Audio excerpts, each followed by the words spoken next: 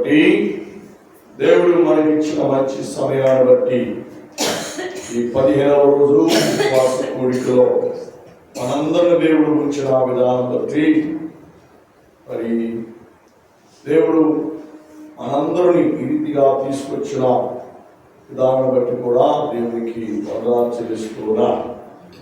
ఇలా మరి గత కొన్ని దినాల నుండి, ఉపవాస దినాల ప్రారంభం నుండి మనం దేవుని మందిరమై ఉన్నాం. దేవుని మందిరంలో ఉండవలసిన లక్షణాలు, ఆ ఆత్మ సంబంధమైన, ప్రేమ సంబంధమైన లక్షణాలు మనలో ఉంటేనే మనము దేవుని మందిరమై ఉన్నాం. ఆ దేవుని మందిరమనే మనలో త్వరగా కోపపడే లక్షణాలు ఉండకూడదు. గత 2 దినాల నుంచి త్వరగా కోపపడు, ఆ విధానం నుండి మనము బయటికి రావాలి. ఆ యొక్క కోపపడే యొక్క తత్వముల నుండి మన విడుదల మనం పొందువారుగా మనం ఉండాలి. అలా ఉంటేనే మనము దేవుని మందిరమై ఉంటాం. అలా ఉంటేనే దేవుని ఆత్మ మనలో నివాసం చేస్తుంది. అంతేగాని మన ఇష్ట ప్రకారంగా మనం జీవిస్తూ, ఆచార ప్రకారంగా మనం నడుస్తూ, అలవాటు ప్రకారంగా మందిరానికి వస్తే మనము దేవుని మందిరములు కానే కావు. ఆత్మీయత కలిగి మనము, ప్రేమను కలిగి మనము జీవించినప్పుడే, కోపాన్ని విసర్జించినప్పుడే, కోప సంబంధమైనటువంటి మనస్సు మనలో నుండి తీసివేసుకున్నప్పుడే మనము దేవుని మందిరంలో ఉంటాం. అప్పుడు దేవుడు మనలో ఉంటాడు, దేవుని ఆత్మ మనతో ఉంటుంది. అప్పుడు మనము దేవుని యొక్క కృపను మనం పొందుకుంటాం, దేవుని యొక్క ఆదరణ, ఆశీర్వాదాలు మనం పొందుకుంటాం. అదే ఈ 1 కొరింథీ 13వ అధ్యాయంలో 5వ వచనంలో మనం చూసే శ్రేష్టమైన మాటలు. కాబట్టి ప్రేమ త్వరగా కోపపడదు. మరి ఏం చేస్తుంది? ప్రేమ తాడుతుంది. ప్రేమ ఎంత కష్టానైనా భరిస్తుంది, ఎంత శ్రమనైనా భరిస్తుంది. ప్రేమ మనలను బలపరిచేదిగా ఉంటుంది.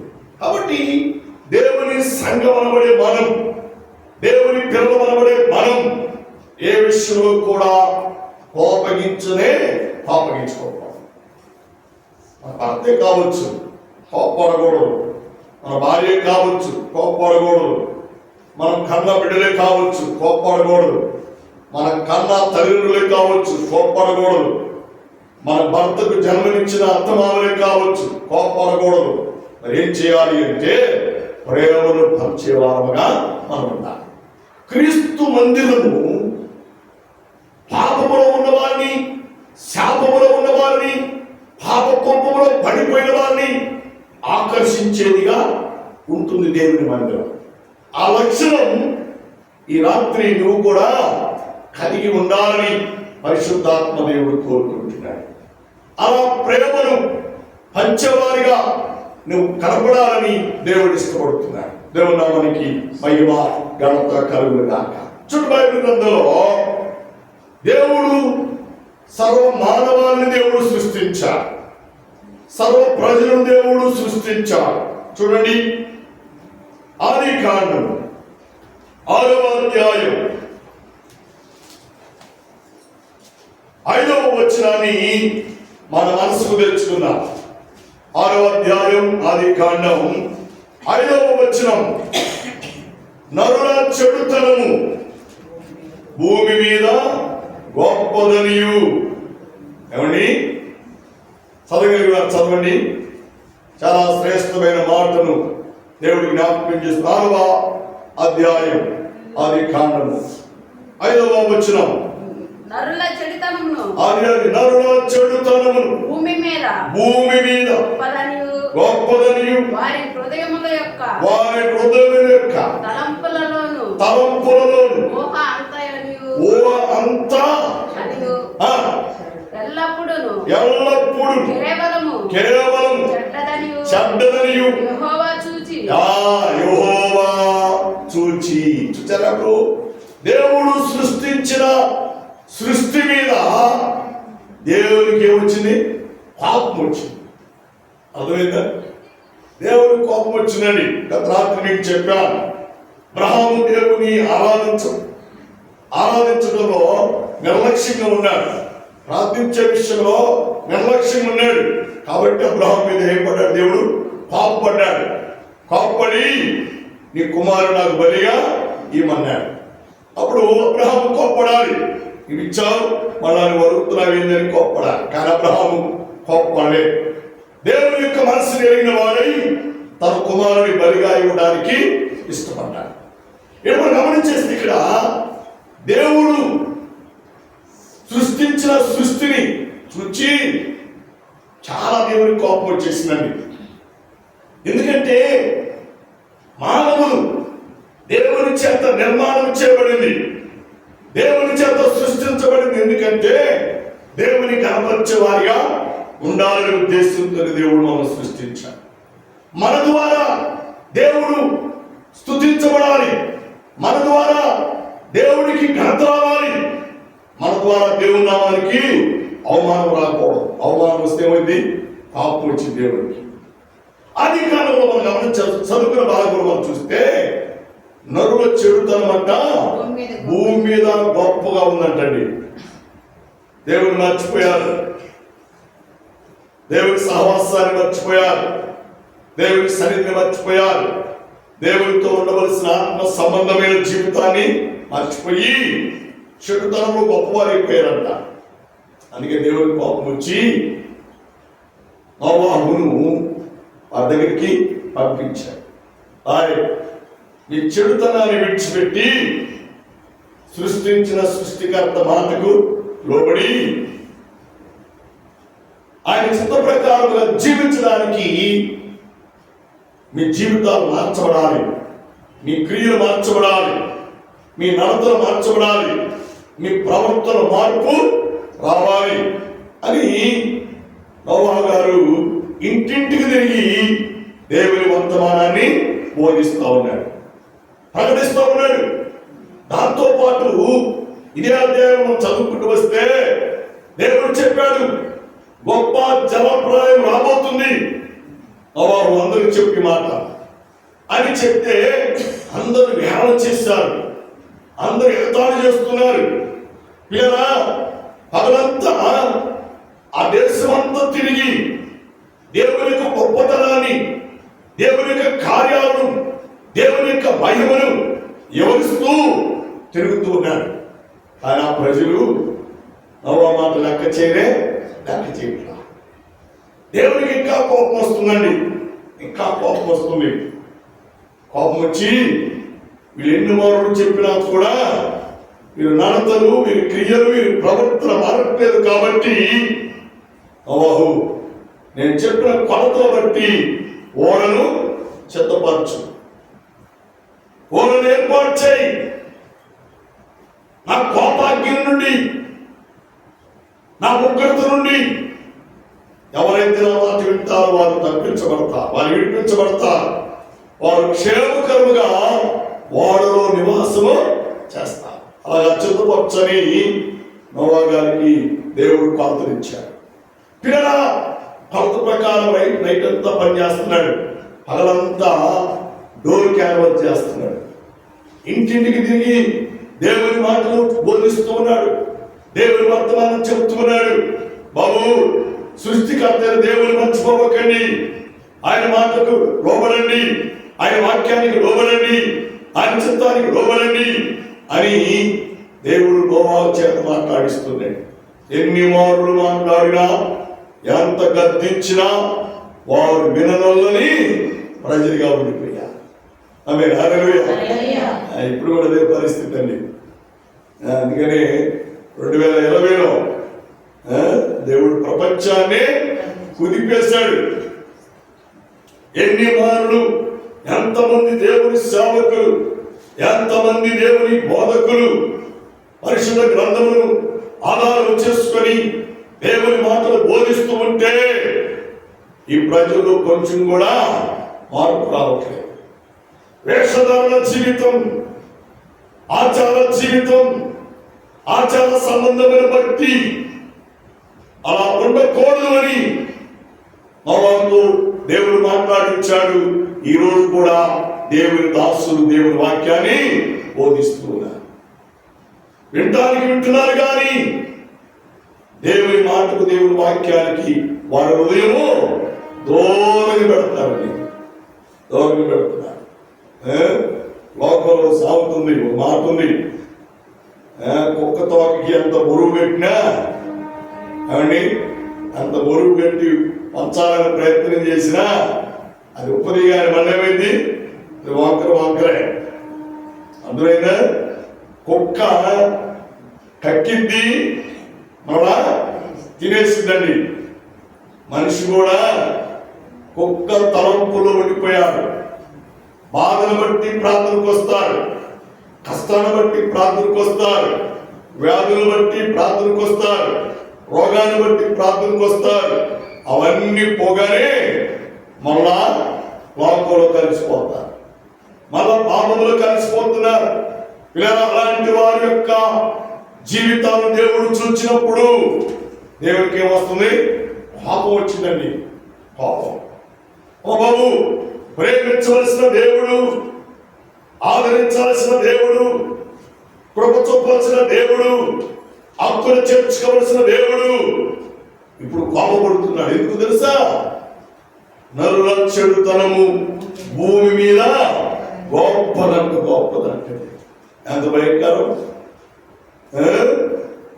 దేవుడు గొప్పడైతే దేవుని గొప్పతనం పక్కన పెట్టి వారి చెడుతనము గొప్పదిగా చెప్పుకుంటున్నారు.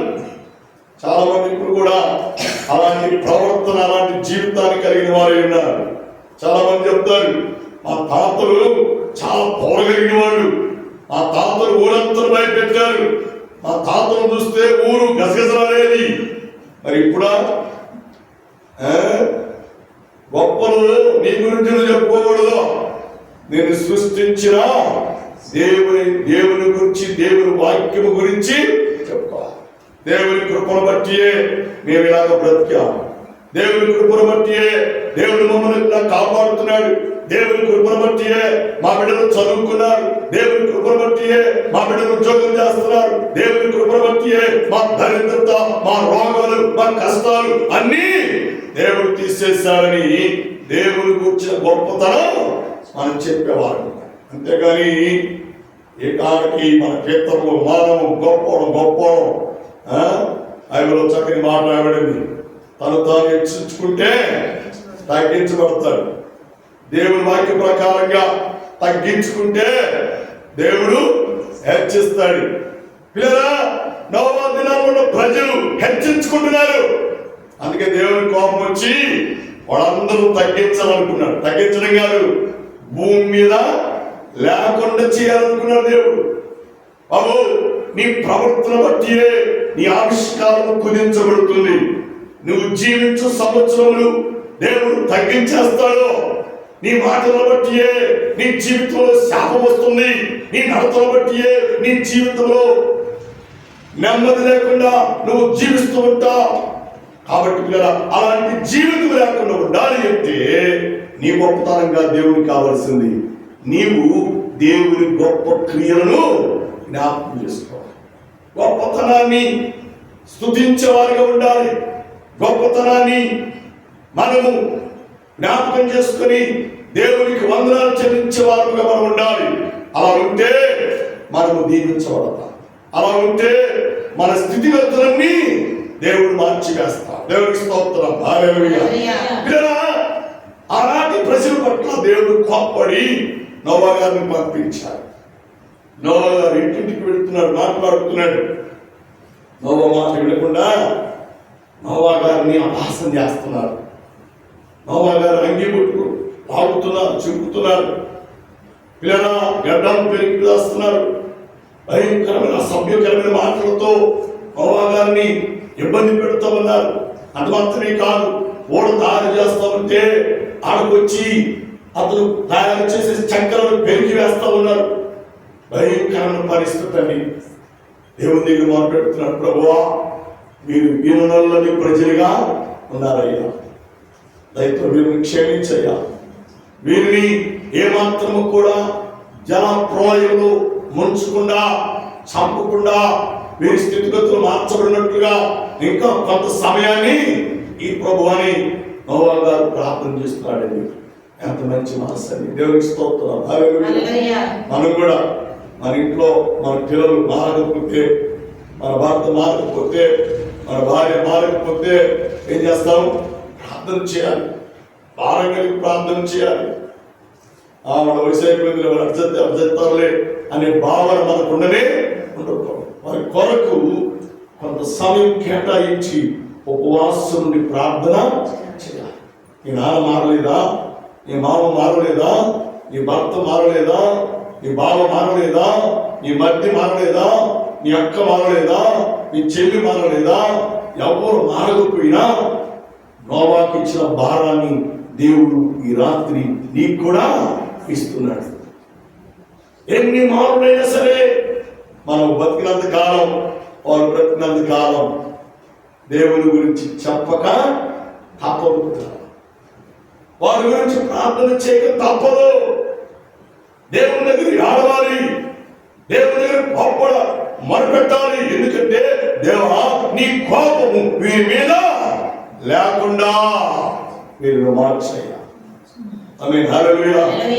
అప్పుడు కదా నోవాకు ఉన్నటువంటి బాధ్యత నువ్వు కూడా తీసుకోవాలని ఈ రాత్రి పరిశుద్ధ ఆత్మదేవుడు నీతో మాట్లాడుతున్నాడు.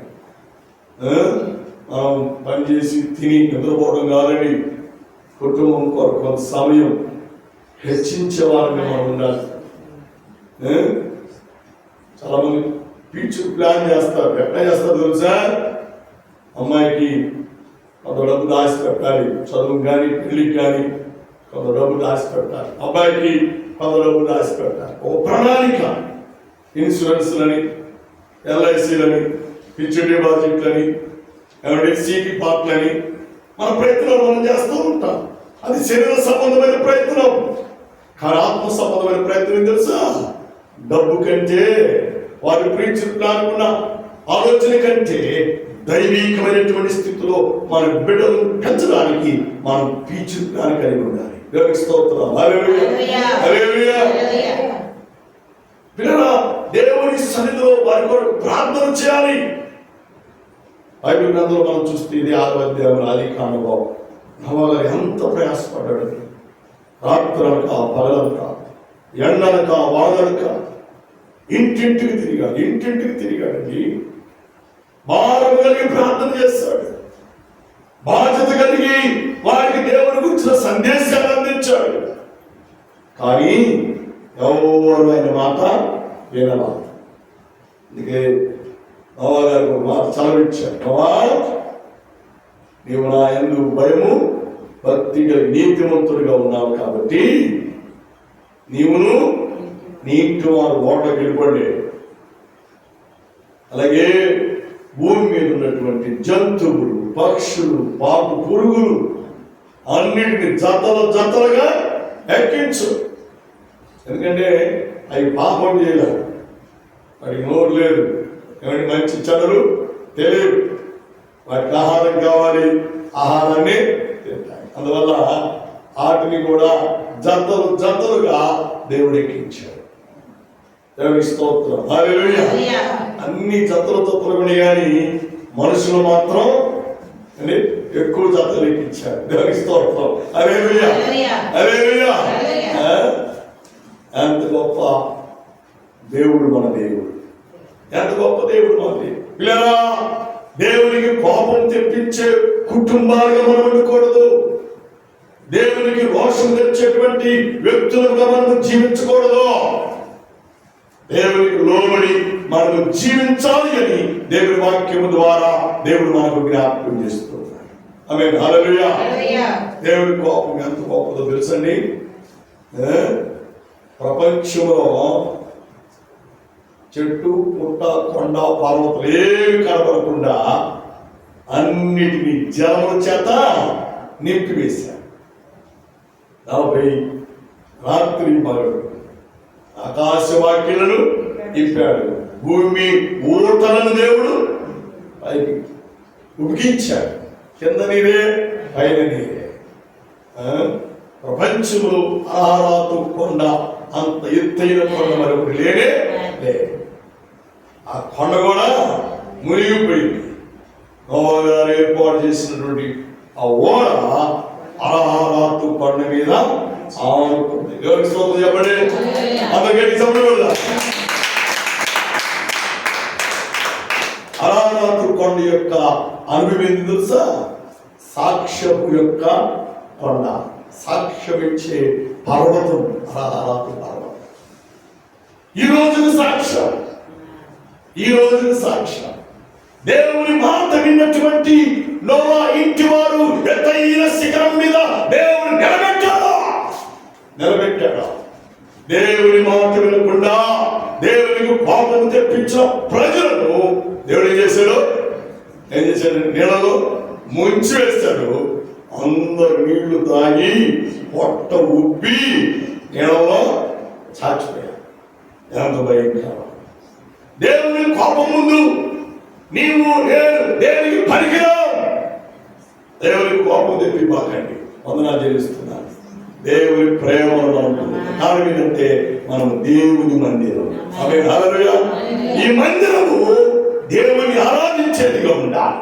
ఈ మందిరము దేవుని ప్రేమించేదిగా ఉండాలి. ఈ మందిరము అనేకులను సన్మానించేదిగా ఉండాలి. ఈ మందిరము అనేకులు హక్కులు చేర్చుకునేదిగా ఉండాలి. కానీ ఈ మందిరము దేవునికి కోపము తెప్పికో.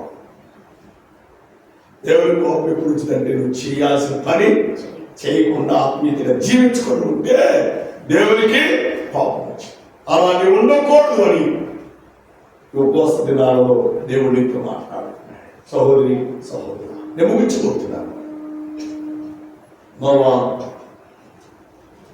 దినాలలో నోవా గారిని దేవుడు బలపరిచాడు, బోధించాడు. వారు విననోళ్ళని ప్రజలకు అందుకే నాశనం అయిపోయా. నువ్వు కూడా నోవా గారి బాధ్యత తీసుకుని నీ ఇంటి వారికి బోధించాలి, నీ తల్లిదండ్రుల ఇంటి వారికి బోధించాలి, నీ తోబుట్టు వారింటి వారికి బోధించాలి, నీ అత్త వారింటి వారికి బోధించాలి. ఎంత భారం దేవుడు నీ మీద ఉంచాడో ఒకసారి ఆలోచించాలని ప్రభు పేరిట ప్రభు నామములు మనం చేస్తున్నాను. నేను ప్రార్థన చేసుకున్నాను, భోజనానికి ప్రార్థన చేసుకున్నాను, లేచాను ప్రార్థన చేసుకున్నాను, బైబిల్ చదువుకున్నాను అనుకుంటే చాలండి. నశించుతున్న ఆత్మలు చాలా వరకు ఉన్నారు. మన చుట్టూ ఉన్నారు. వారి కొరకు నోవా గారు తీసుకున్న బాధ్యత నీవు తీసుకోవాలి. వారికి బోధించాలి, వారి కొరకు ఉపవాసం ఉండాలి, వారి కొరకు కన్నీరు కార్చాలి, వారి కొరకు దేవుని సన్నిధిలో ఆయన పాదములు కొట్టుకుని బ్రతుకున్నాడు. దేవునికి స్తోత్రం. హల్లెలూయా, హల్లెలూయా. అట్లా కాకుండా మార్త పొజిషన్ తీసుకొని దేవుని దగ్గర కూర్చోకుండా ప్రార్థన చేయకుండా దేవుని మాట వినకుండా మార్తమ పోస్ట్ ఏం పోస్ట్ అది పరిచర్య. చాలా మంది పనులు చేసుకుంటూ ఉంటారు. పనులు చేసుకుంటా మనం ఏ చేయలేదు కోపడతాం. ఎంత పని చేస్తుంటే నీకేమాత్రం చింత లేదా, జాలి లేదా, నా మీద నీకు ప్రేమ లేదా? నీకు అర్థమైన పనులు చేస్తే దేవుడు నీ మీద జాలిపడనే జాలిపడ. పనికిమాలిన సమయం, పనికిమాలిన దాని కొరకు సమయాన్ని ఇచ్చిస్తే దేవుడు చూస్తూ ఉండనే ఉండడు. అర్థమైందా? యేసయ్య అన్నాడు,